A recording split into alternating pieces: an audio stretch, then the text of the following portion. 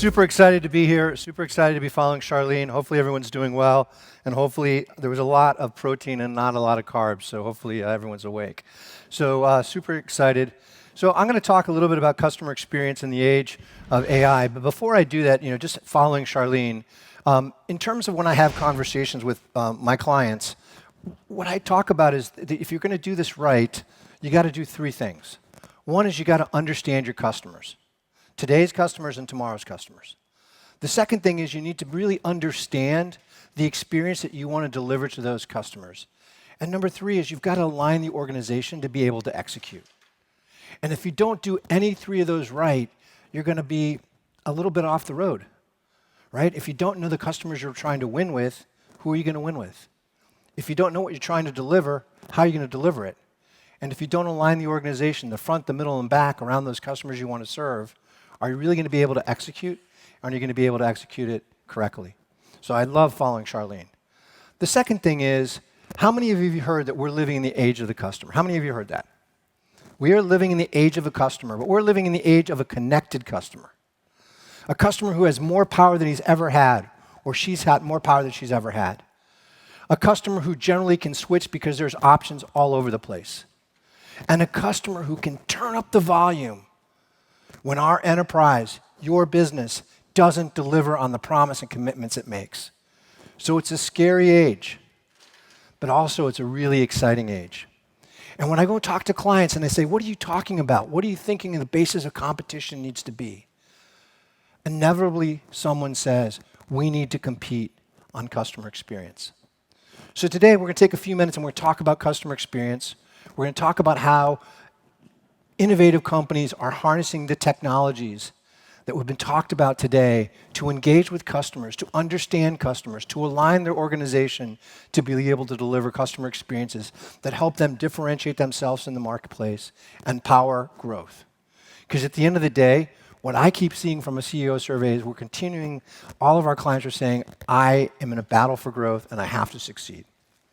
So we're very fortunate at KPMG to own the world's largest think tank around customer experience. And in fact, last year, we put out a study that's looked at customer experience in 24 countries, and we can get that URL and send it out to everybody here. But what we found when we looked at the research around customer experience and competing to win and competing to grow is that there are 6 pillars of customer experience. The first pillar is really around personalization. It's the pinnacle at the top, which is you know who I am, you engage with me in a way that makes me feel like you know me, etc. Really, really important. The second is this idea of integrity. And if we actually created a Maslow's hierarchy of needs, integrity would be at the bottom. Because if you don't have integrity, it's hard to do all the other things. So are you living up to your brand commitment? Are you living up to the promises? There's this idea of resolution. So if I have a problem, do you take care of it? Do you resolve it? Do you make it go away? In the context of the promises that you've made to me. There's this idea of time and effort. Is it painful to do business with you? Or is it easy? Is it seamless? Is it almost non-existent? I can just get it done. Expectations. Is my company actually executing against the promise it makes? And lastly, this idea of empathy. Do you really care who I am? And the leaders who do this have really powerful results. And you can see each of the 6 pillars and the attribution to the impact on Net Promoter Score and likewise impact on loyalty. This stuff matters. It matters.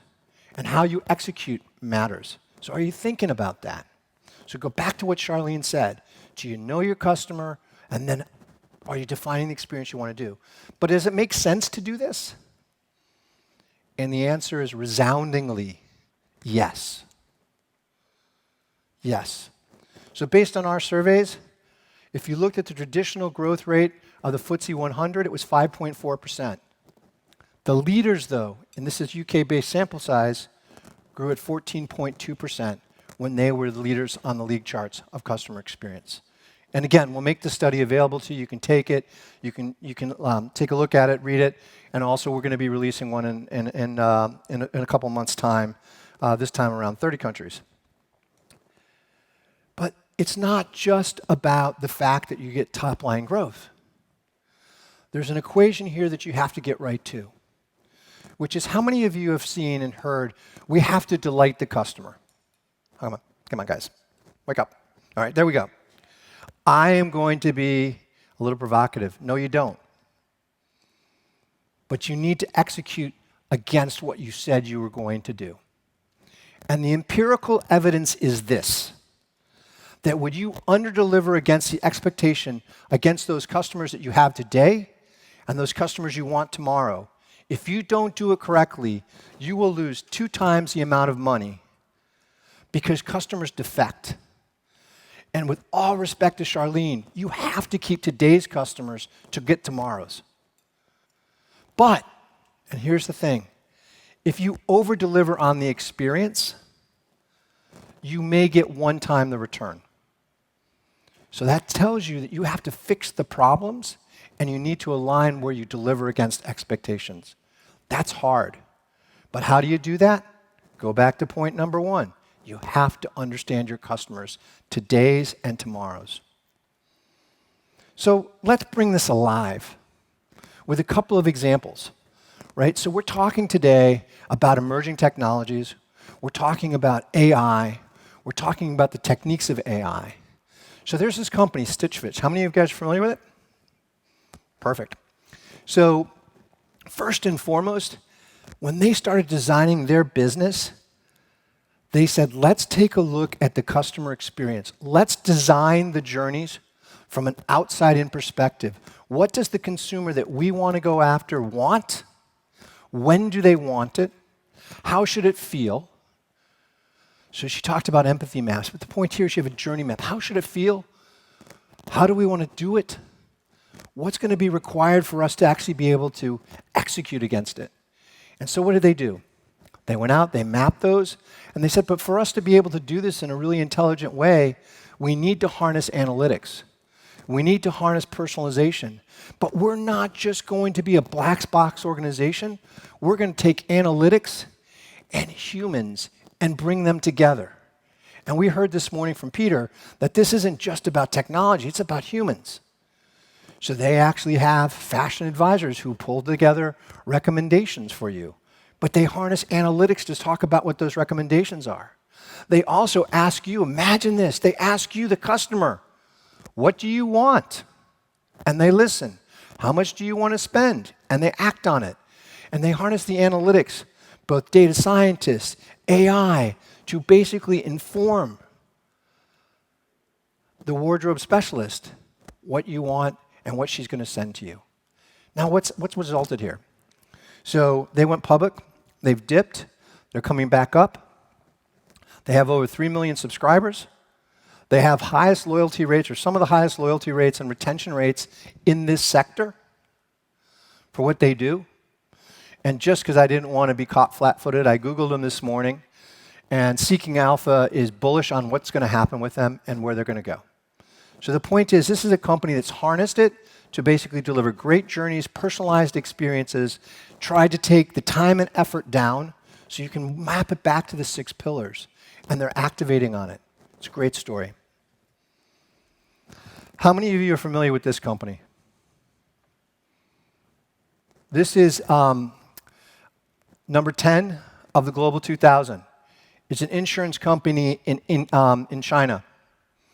It was founded in 1998. It has $160 billion in revenue. It has about 150 million, we're talking about China, 150 million retail financial services customers. It has about 450 million online users. It has 2 million employees. They invest, because we're here at an emerging technologies discussion, they invest 1% of their annual revenues every year in emerging technologies. How do they define emerging technologies? AI, blockchain, and cloud. So let's double-click on the AI piece. They are playing around, experimenting, harnessing computer visioning, Natural language processing, speech analytics. How are they doing it? How are they embracing these technologies? What are they doing with these technologies? Well, let me give you an example. They paid out 11 million claims last year. 97.8% of those claims were paid within 24 hours. They harnessed machine learning to understand if they should pay it. They harnessed computer vision to make sure that actually the damage that was done was there or not. They had the process and the ability to transfer the money. They had workflow, they had automation. Claims. If you've ever worked with an insurance company, it's kind of the underbelly of an insurance company. I remember many, many years ago reading a book about the insurance company, a gentleman, Tobias, and he gave the hierarchy of insurance companies. And at the top were the people who actually invested the money.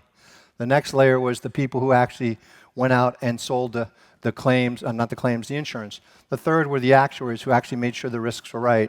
And at the bottom of it was the people who actually adjusted the claims, but that's why we bought the insurance. So you think about lining your organization to who you're serving, it's a little bit backwards, but they have figured out how to streamline the claims process. Okay, China, 400 million interactions into the customer service center. 400 million. 70% of the contacts from the customers are actually handled by chatbots at scale. Their NPS score, 89%. And they're continuing to improve that. So they're harnessing it. Let's talk about underwriting. Interesting story here. How are they harnessing technology to improve underwriting and improve the customer experience? Well, for starters, 100% of their policies are done online. It doesn't mean that they do it by themselves, the person who's interested in that, but 100% are put on online. Number two, when they send out a sales agent to go talk to somebody, they put the technology on and say, we're going to have this conversation and we're going to record the conversation. And what's happening? Natural language processing is in the background, capturing it. It's thinking about what to recommend. It's helping the agent understand what's to recommend. But it's also managing risk, compliance, and all the rest. But you know what's even more interesting? Is they take that same data and they use it to evaluate their sales organization about how they're performing. What's the profile of a good agent? What are the questions that he or she is asking? How are they asking them? What's the cadence? What's the sequencing? And they improve it so they can actually change the profile of the of the salesperson, and they can recruit accordingly. So you think about an infinity loop, I almost think of this about two infinity loops together. One is I'm getting smarter about my customer. Number two is I'm getting smarter about the employee, and I'm figuring out which employees I should hire so I can basically get the infinity loop over here to be better. That's beauty. And this company is crushing it. They've grown 350% over the last 10 years, and their profits are up 2.5 times at scale. So why these two examples? Because oftentimes we'll hear people like, oh, it's easy. We heard Peter today. You got to be an entrepreneur. You want to get the VCs to help. You want to take the risk. And you know what? It's incredibly right. And Stitch Fix did that. That was one end of the spectrum. But the other end of the spectrum is a $160 billion revenue company who's investing 1% of revenue to also compete. So where are you on that continuum? And we just heard Charlene talk about, okay, are you trying to basically disrupt yourself? Well, hopefully you're not a small company, and most of us don't have the opportunity to be $160 billion, but we're somewhere in the continuum, and are we acting on that? I think that's really critically important to think about it.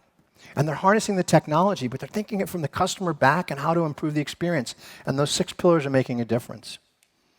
So what should you take away? I think the first thing is you got to think outside in. You got to think about the needs of your customer, what needs are being underserved. Really, really important. I mean, Charlene has sat up here and talked for 5 minutes about understanding the future customer. I can think of no other way in my 25 years of management consulting, and I've always been a front office guy. I would say the fastest way to the boardroom is to tell them about their customers because they didn't hear about their customers. They're so far removed from the clients and the people that they're supposed to be serving. Understand that. Put that picture up. Explain their needs, number one. Number two, as you start to think about that, think about the employee. CX, customer experience, and employee experience are so tightly integrated. We heard Miriam and Vivek talk about that today. If a CSR is angry, is not a happy camper, is she or he going to serve your customer, your hard-earned customer? Well, the answer is no. So what are you doing to make their lives a bit better with this technology? Third, of those 6 customer experience pillars, which ones are you trying to target to make better? So we talked about the fact that Stitch Fits harnesses analytics. It's all about personalization. The advisor is about personalization. The fact that they've got a cadence for when they ship things is about time and effort. The ability to return it easy is about time and effort. So think about when you're using those technologies in service of the customer, which pillar are you going after? Think about the economics of your actions. I was sitting down with the CEO of a company in Atlanta, Georgia, privately held company, but huge, and we were talking about the X chart, and we were having a vigorous debate. And he said, I don't know if I completely agree, it's 2 or 3, but he says, aren't there opportunities also to improve the customer experience and reduce the cost of serve?